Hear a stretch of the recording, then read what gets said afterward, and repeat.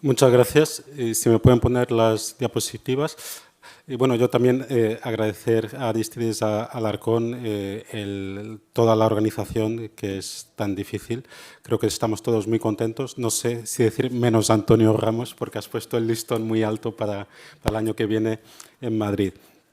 Bueno, yo voy a intentar dar unas pinceladas sobre un tema que siempre nos ha preocupado y yo creo que es cada vez más frecuente, ¿no? Dado el envejecimiento poblacional, las comorbilidades que muchas veces tienen nuestros pacientes, que son pacientes que uno se coge las guías de práctica clínica, pues tienen indicación de cirugía, pero luego ves que no se operan, ¿no? Muchas veces no es porque se niega el cirujano, sino porque es verdad que el paciente tiene unas características que hace impensable meterle en un quirófano, ¿no? Entonces vamos a hablar un poquito de las causas y las consecuencias que tiene esto. Bueno, lo primero que tenemos que saber, y son datos de la serie Games, que es que efectivamente, si uno tiene indicación quirúrgica, lo suyo es operarse, ¿no? Lo digo porque si no te operas vas a ir peor. Como digo, esta es la teoría, luego en la práctica es verdad que hay pacientes que aunque sepas que lo ideal sería operarles, pues no le puedes operar.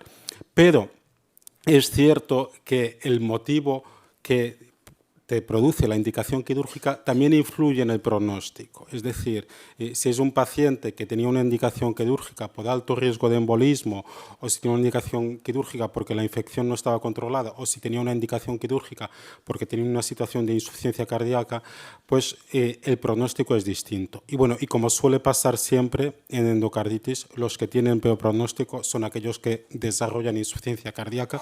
Este es el marcador que más aumenta el riesgo y sería un poquito cuando yo creo que todos tenemos que presionar un poquito más a los cirujanos. Si el paciente ha desarrollado insuficiencia cardíaca, pues bueno, ahí sí sabemos que si ese paciente no pasa por quirófano, pues las cosas van a ir mal, porque el desarrollo de insuficiencia cardíaca en el fondo es un marcador de gran destrucción valvular, de una insuficiencia valvular severa, etcétera. Entonces, este perfil de paciente, si no se opera, pues probablemente vaya a ir muy mal, mientras que es un paciente que simplemente tiene una verruga grande o que es un paciente que a lo mejor hay que cambiarle la pauta antibiótica y poner antibióticos pues, que consigan controlar la infección, pues ahí a lo mejor tienes un poquito más de margen, ¿no?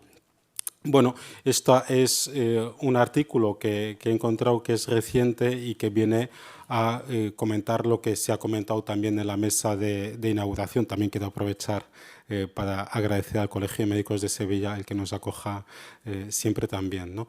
Entonces, lo que se comentaba, ¿no? Tenemos guías de práctica clínica, tenemos guías de práctica clínica americanas, guías de práctica clínica europeas, pues uno esperaría que las indicaciones quirúrgicas fuesen similares en ambas guías, teniendo en cuenta que ambas pues, tienen que reflejar la evidencia que hay, ¿no? Y curiosamente, pues, como podemos ver abajo de la diapositiva, no es que existan diferencias en todo, pero bueno, sí hay diferencias que a mí me parecen llamativas. Probablemente la más relevante es qué es lo que se considera en Europa una verruga grande, que bueno, que es una verruga grande de verdad, porque claro, más de 3 centímetros de verruga, y mientras que en Estados Unidos han sido más conservadores y se han quedado con los 10 milímetros, ¿no? Pero bueno, lo primero, que las cosas no están del todo claras, ¿no? Porque incluso cuando comparas las guías hay diferencias en qué criterios se utilizan para mandar los pacientes a los al quirófano. Esto es lo que he comentado antes. Ojo que en una situación de insuficiencia cardíaca es particularmente peligroso no respetar esta indicación quirúrgica, pero bueno, en las demás situaciones también idealmente si tienes la opción de operarte, opérate, ¿no? O incluso en la infección no controlada, como comentaba antes. Y algo que a veces es motivo de discusión, nosotros en las sesiones que tenemos cada 2 semanas, a veces, claro, el cirujano cuando el paciente tiene una situación clínica de inestabilidad, pues le cuesta el meter a ese paciente al quirófano.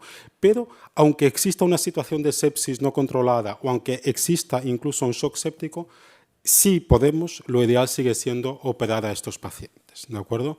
Como digo, si no hay un riesgo asociado a la situación de comorbilidad, una edad con fragilidad extrema, etcétera, pues si hay indicación quirúrgica, mantengámosla aunque el paciente tenga sepsis o shock cardiogénico.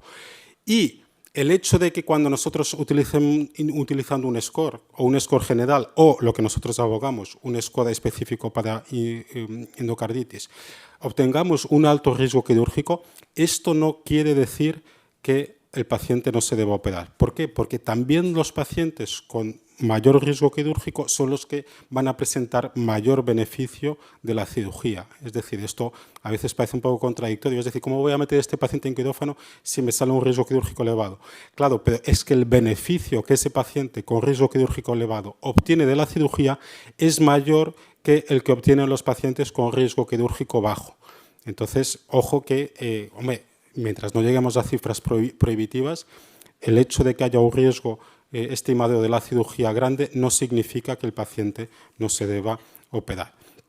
Y de hecho, en este estudio que se publicó el año pasado en Heart, lo que ven es esto, ¿no? Que incluso cuando haces, pues claro, aquí siempre es importante ser conscientes de que tenemos poca información, o sea, no hay ningún estudio prospectivo de pacientes con alto riesgo quirúrgico, se aleatoricen, a unos se operan, otros no se operan, ojalá tuviésemos esos datos, ¿no? Entonces, aquí lo ideal es siempre usar poblaciones macheadas, que es lo que hacen en este estudio, incluso cuando haces el propensity score, y ahí lo que se ve, como podemos ver, es que cuanto mayor es el riesgo quirúrgico, mayor es el beneficio de la cirugía y, por lo tanto, el tener un riesgo quirúrgico alto no debería de ser una contraindicación para la cirugía.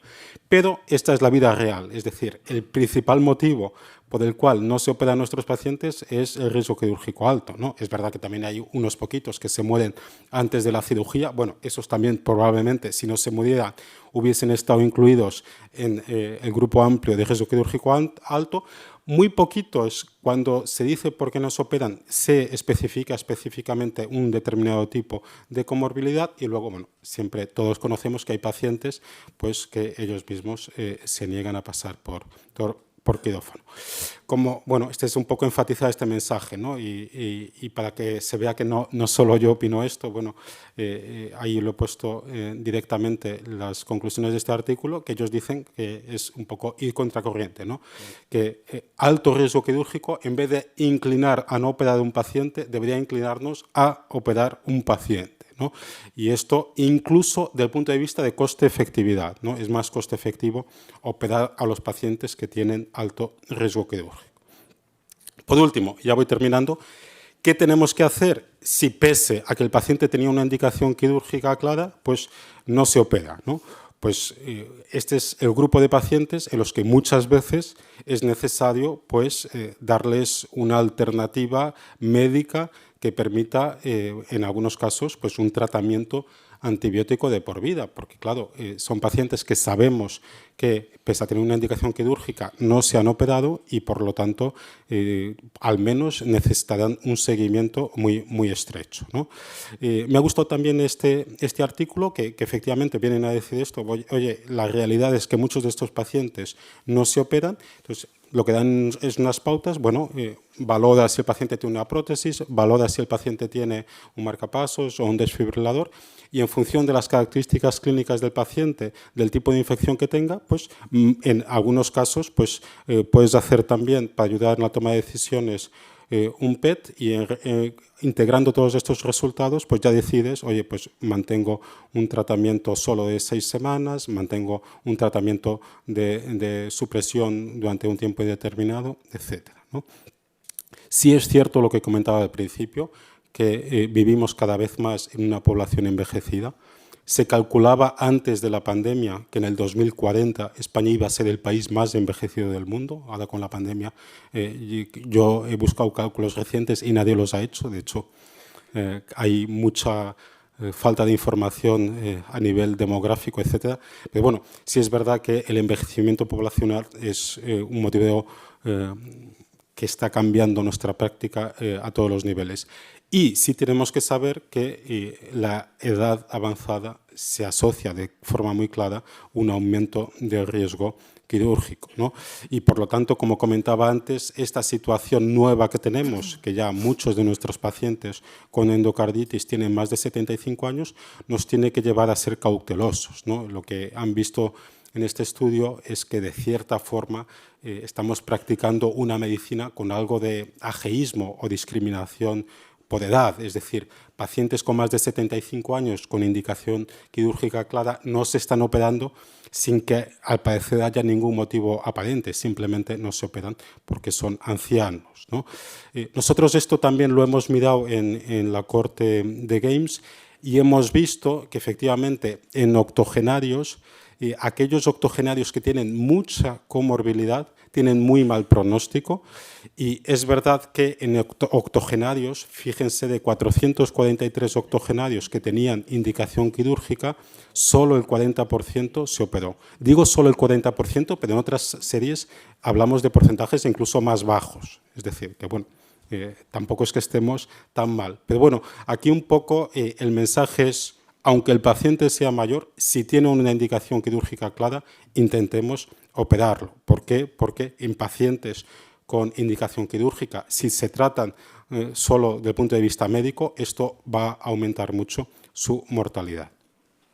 Ahora bien, si los pacientes tienen mucha comorbilidad, es verdad que hay pacientes que pueden llegar a alguna situación, como he comentado antes, que ya sea prohibitivo, ¿no? Aquí, como podemos ver, en pacientes que tienen mucha comorbilidad, esto lógicamente aumenta el riesgo de intervención quirúrgica y por lo tanto, pues sí puede llegar a algún momento pues, que pasemos a una situación pues, o de futilidad o de riesgo quirúrgico prohibitivo, ¿no? Como conclusión, respetemos la indicación quirúrgica, incluso en pacientes octogenarios, incluso si existe un riesgo quirúrgico alto e incluso si hay alta comorbilidad, siempre y cuando no lleguemos a una situación prohibitiva. Si el riesgo es prohibitivo y el paciente tiene una indicación quirúrgica y no se opera, pues ojo, porque estos pacientes los vamos a tener que seguir de forma muy estrecha porque tenemos que ser conscientes que son una bomba de relojería. Muchas gracias. Muchas gracias, doctor Martínez Seyes. Nos ha pedido el doctor Martínez Seyes si podemos avanzar la parte de la discusión respecto a esta presentación. ¿Hay alguna pregunta, algún comentario en la audiencia? Es un tema súper interesante. Yo creo que podríamos estar aquí dándole... Bueno, pues sí, esto empiezo yo. Sí, adelante. ¿Cuál sería el límite ese prohibitivo que comentabas? De cajón. De cajón. Bueno, yo creo que hay que individualizar mucho. Es verdad que en pacientes con mucha comorbilidad, si tienes ya un índice de Carlson o de Charlson superior a 5, yo creo que hay que ser comprensible con los cirujanos, ¿no? Al menos en nuestras sesiones, pues siempre como que los cardiólogos, los infectólogos somos más proclives a la cirugía, pero claro, el que al final va a realizar la cirugía, pues llega un momento y dice, es que este paciente no me sale de quirófano. Entonces, yo creo que hay que individualizar, cada vez se da también más importancia a lo que es la medición de la fragilidad y luego la recomendación sí es usar índices específicos para pacientes con endocarditis, ¿no? Nosotros hemos trabajado también este tema y es verdad que los índices generales, el STS, el Euroscore, están fundamentalmente hechos para pacientes con indicación quirúrgica, coronarios o valvulares fuera del ámbito de la endocarditis. Entonces, mi recomendación es usar índices específicos de endocarditis. ¿Hay otra pregunta? Dispara. Pues, si es técnica de la cirugía... No, sí, has hablado de que los pacientes con un shock séptico deberían operarse. Entonces, claro, la extracorpórea conduce a cardioplegia y estamos hartos de ver pacientes que se hunden en la miseria durante la cirugía, independiente de que tengan infección o no. Entonces, bueno, en mi hospital al menos, en shock séptico no te lo opera nadie se le ocurre eso. Entonces, aparte de lo que diga la teoría, no sé si, Eduard, ¿qué experiencia tienes o los dos, no sé? Sí, yo lo tengo clarísimo. El problema es un problema normalmente de definiciones de la literatura, ¿no? Pacientes que se operan en shock. ¿Shock qué? No, shock séptico. No, ya, shock séptico. El problema es que se mezcla en la literatura mucho, ¿no? Shock cardiogénico o shock séptico, ¿no? Se le da una clasificación de algo a lo que no toca. Como bien has dicho, los pacientes con un shock séptico real, de verdad, estos pacientes sabemos perfectamente que cualquier pequeña intervención o ninguna, ya muchas veces la sepsis de por sí se los lleva por delante. Si a este paciente le añades una cirugía mayor, ya no necesariamente la extracorpórea, una cirugía mayor, pues si además lo metes en circulación extracorpórea con toda la derrama de mediadores inflamatorios que van a agravar esta situación, yo creo que son enfermos que en general no hay que tocar, en situación pura de shock séptico. Sí, sí. Algunos porque probablemente se van a morir, hagas lo que hagas. Otra cosa es el paciente que tiene un componente de predominio cardiológico dentro de este shock y quizá algo de inflamación también. Eso ya es, ¿no? A veces discernir estas dos cosas es difícil. Manuel, enhorabuena. Mira, pero hay una cosa que creí que ibas a hablar y que no la has tratado. Todos tenemos experiencia de pacientes con indicación quirúrgica que no les operamos, por lo que sea, y no solo es que no se mueren, es que se curan. ¿Tienes datos sobre ellos? ¿Del qué? ¿Lo habéis estudiado? Sí, como comentaba antes, depende mucho el motivo por el cual no se opera el paciente. Es decir, hay una indicación quirúrgica que es que no es capaz de controlar la infección con un tratamiento antibiótico adecuado, pues en ese caso, si no te operas, es probable que la situación vaya a ser mala. Hay otras indicaciones quirúrgicas, como simplemente que el hecho de que la verruga sea grande, pues si tú al final no te operas, tienes un tratamiento antibiótico efectivo, consigues al final, pues incluso hay situaciones en las que la verruga llega a desaparecer, pasa un tiempo prudencial, por supuesto que yo creo que esa endocarditis la puedes dar por curada. Es decir, depende mucho de cuál sea el motivo por el que no te operas, pero todos conocemos casos que había una indicación quirúrgica clara, pues el paciente no se operó por algún motivo y al final pues logras curar a esos pacientes, ¿no? Tampoco he hablado de eso, ¿no? Pero una indicación que muchas veces se utiliza es la endocarditis protésica precoz, ¿no? Entonces, luego todos hemos visto endocarditis protésicas precoces pues que se curan, ¿no? Entonces, yo ahí lo que me centraría mucho es cuál es el motivo de la indicación quirúrgica. Doctor Miró, creo que tenía un comentario igual ya. ¿Sí? Sí, está Aristides. Sí, perdón, Aristides. Bueno, yo iba en el mismo sentido. Yo creo que hay que diferenciar el paciente con insuficiencia cardíaca, ese o se opera o se muere. Y luego ya podemos discutir que no había enfermo y tal si no se opera, pero se opera o se muere. Ahora, aquel que no tiene fracaso ventricular, pasamos a otras indicaciones de la guía no tan claras. El tema de los embolismos, yo no he visto nunca a nadie que se opere por prevención de embolismo. Eso será el estudio de los coreanos, es muy grande una la población verruga, de 40 años, con Viridan y tal, pero aquí no se opera embolismo, es rarísimo. Alguna vez puede ser, pero muy raro. Y la otra es si tiene una complicación paravalvular. Pero si la complicación paravalvular tiene regurgitación valvular importante, el paciente, si es aórtico, no dura más de un año. Si es mitral, puede aguantar más. Pero si es aórtico, no dura más de un año. Ahora, si la regurgitación valvular no es importante, tampoco tengo yo tan claro que ese paciente tan comprometido para ir a un quirófano tenga que operarse, ¿vale? Porque cuando nosotros lo hemos mirado, la sorpresa es que la mayoría estaban vivos al año. O sea, tiene un pseudoneurisma de raíz que lo ves en el TAC y te entran los sudores, pero el tío al año sigue vivo, ¿vale? O sea, que yo creo que hay que diferenciar mucho los casos, ¿no? Y en cuanto a la sepsis, yo creo que Eduardo lo ha dicho muy bien. Es que te dicen, ¿la indicación de shock o una indicación de cirugía? No. Si es un shock cardiogénico, sí. Está claro, es lo mismo de antes, pero si es un shock séptico, yo no tengo tan claro una vasoplegia. Vamos, por eso quería saber la opinión de todos, ¿no? Doctor Borrego tiene un comentario. Yo estoy de acuerdo. Bueno, yo me tenía que haber ido y me ha encantado quedarme porque, mira, hemos ido a saco directamente. La verdad es que, corrígeme, Aristides, pero yo me parece que en una serie que hizo Alejandro Azuar, aquellos pacientes, hablando del shock séptico, aquellos pacientes que se operaban con más de 0,4 de noradrenalina, lo cual indicaba que el paciente estaba séptico, prácticamente fallecían todos y eran válvulas nativas, en lo cual la indicación quirúrgica la establecemos todo de forma clara. Es decir, que realmente sí me parece muy interesante el hecho de que habéis establecer el límite en un shock séptico, realmente, porque yo creo que son pacientes que no salen de quirófano. Hay un tema importante.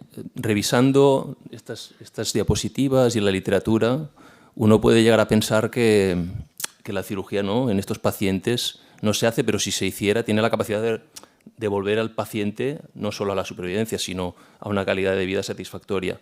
¿Realmente lo estamos haciendo tan mal? ¿O toda esta gente que publica lo hacen tan mal? ¿O es que tienen equipos de endocarditis trabajando colaborativamente y van mucho más allá de los scores disponibles, de la literatura disponible y toman decisiones muy correctas en todos estos pacientes que, independientemente de si se operan o no se operan, van a fallecer igualmente o van a tener un outcome malo independientemente si pasan por la cirugía, porque parece que ¿no? los pacientes no se están operando por algún tipo de decisión caprichosa, arbitraria de alguien, y yo creo que esto dista mucho de la realidad que vivimos, al menos localmente. No sé si en vuestros centros que los pacientes no se operan porque alguien no quiere operarlos, no creo que sea el caso, ¿eh? Y uno a veces se lleva una impresión errónea del por qué no se operan los pacientes en las series publicadas importantes internacionales. O sea, yo estoy de acuerdo y aparte que tampoco debemos asumir que los pacientes que no se operan y se mueren, si se operasen, hubiesen todos vivido. Claro, a veces son marcadores de un daño orgánico ya muy severo.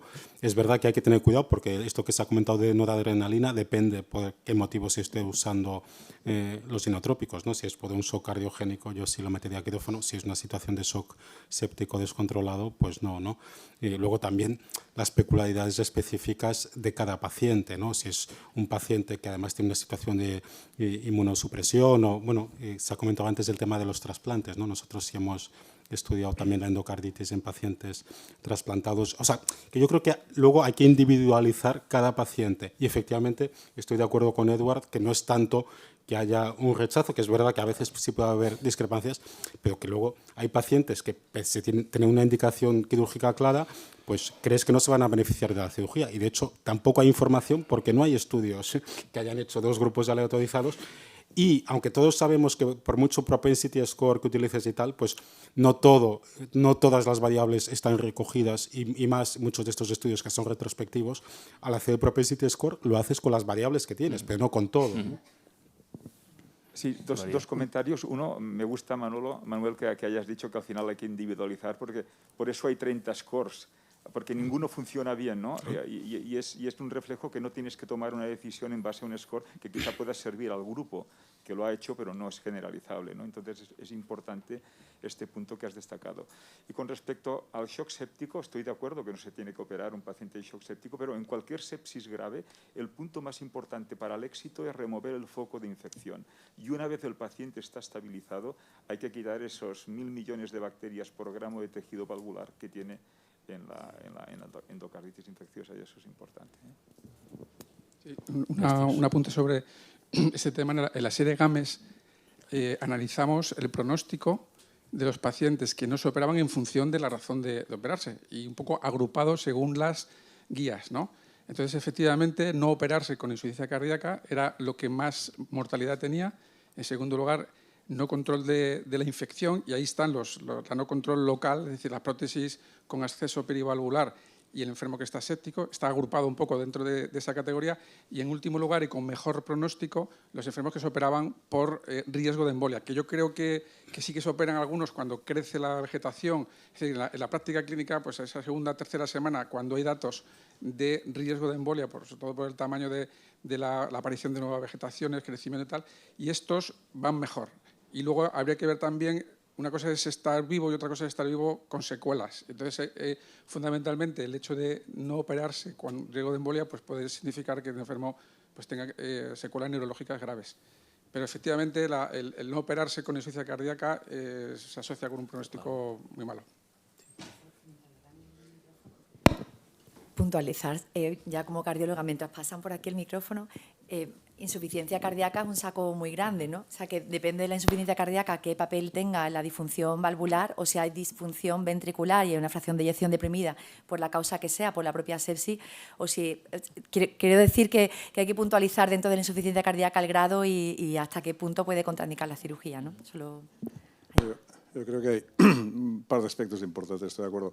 Es decir, lo que has dicho de la individualización cada día tiene más valor, que es lo que decía también José María, en el sentido de que el perfil de los pacientes que vemos está empeorado. Pero vamos, hay dos cosas que están claras y ya lo sabemos desde hace muchos años. De hecho, en el 2010 en Circulation, cuando publicamos lo del ICE, sí que es cierto que los pacientes con mayor beneficio son los que tienen mayor riesgo, los quintiles 4 y 5, y eran 1.500 y pico pacientes. O sea que si el paciente realmente está mal hay que hacerlo. Otra cosa es que asumamos que se va a morir y que muchos se mueren, porque en esta vida, yo lo único que sé de mi vida es que me moriré, no me interesa cuándo ahora, pero eso es la realidad. Y entonces los scores que los hemos utilizado el primer día, es cierto, o sea, ninguno funciona y aquí tenemos una persona que trabaja mucho en eso, pero a mí el score no me evita operar un paciente, lo único que el score te da una fotografía del paciente y te dice lo que vas a esperar de ese paciente en concreto. Pero eso no quiere decir que no tengas que operarlo, ¿no? Y luego, pues lo del shock y esto, pues depende. Yo personalmente creo que el shock séptico nunca se presenta como séptico solo, sino que hay otros partes, componentes de shock, y el shock es uno más, que evidentemente sabemos que el fenómeno inflamatorio es brutal, que se va a agravar y que muchas veces no lo podemos manejar. Esto es otro tema, ¿no? Y al final, pues tienes que decir individualmente. De hecho, nosotros lo miramos en Zúrich hace un par de años, del 18 creo que fue al 2020, 120 pacientes o 100 no sé cuántos, el 30% no se operaron.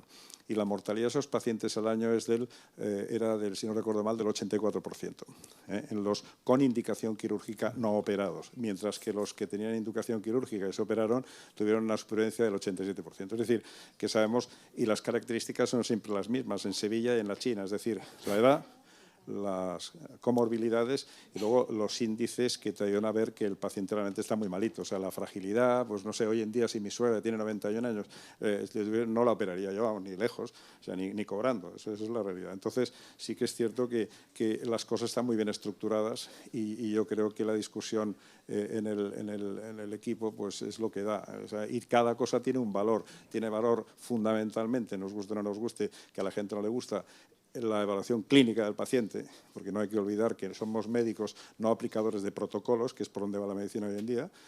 Los scores nos sirven para decir, esta es una foto muy mala y acabará siendo muy mala, pero no quiere decir que no vayas a operar. Y luego, pues evidentemente, es decir, si no se opera y tiene indicación, lo normal es que de aquí a Navidad se muera, que es lo que en realidad pasa. Y yo creo que es una fotografía muy, muy interesante la que hemos visto aquí, con datos además. Doctor Barquero. Bien, a ver, Carlos, si a la suegra se le cobra tampoco pasa nada. Yo me baso mucho en el tema de indicación quirúrgica, aparte de todo lo que estamos hablando, es una cosa importante, que es ¿qué le tenemos que hacer al paciente para solucionarlo? Porque hay situaciones que lo que tenemos que hacer prácticamente es un trasplante pirata. Y eso, aunque esté indicada la cirugía, si el paciente no es que tenga mucha comorbilidad o sea muy añoso, no lo va a tolerar. Y eso lo conocemos. Entonces, ¿qué tenemos que hacer? ¿Tenemos que poner una válvula? Perfecto, probablemente hay pocos pacientes a los que no se le puede hacer eso. Pero si tenemos que hacer el trasplante pirata, eso es otra cuestión. Es importante también el tema de los scores en los no operados. Esto también nos da idea de que refleja muy mal el perfil de riesgo de estos pacientes. De hecho, esto lo miramos nosotros y en los pacientes no operados el score, el Euroscore, era mucho más bajo que el de los pacientes operados. O sea que los scores capturan probablemente muy mal. Yo no sé, aquí quería hacer una pregunta así general. ¿Cuántos de ustedes en sus centros utilizan los scores de riesgo para decidir si un paciente se opera o no se opera cuando tiene una endocarditis con indicación quirúrgica? Porque levanten la mano. ¿Quién sí? ¿Quién sí mira el score y decide con el 70%, no lo opero? ¿Alguien? No. ¿Cuántos cirujanos hay en la sala? Esa es la clave, esa es la clave. No, interesante. ¿Algún otro comentario?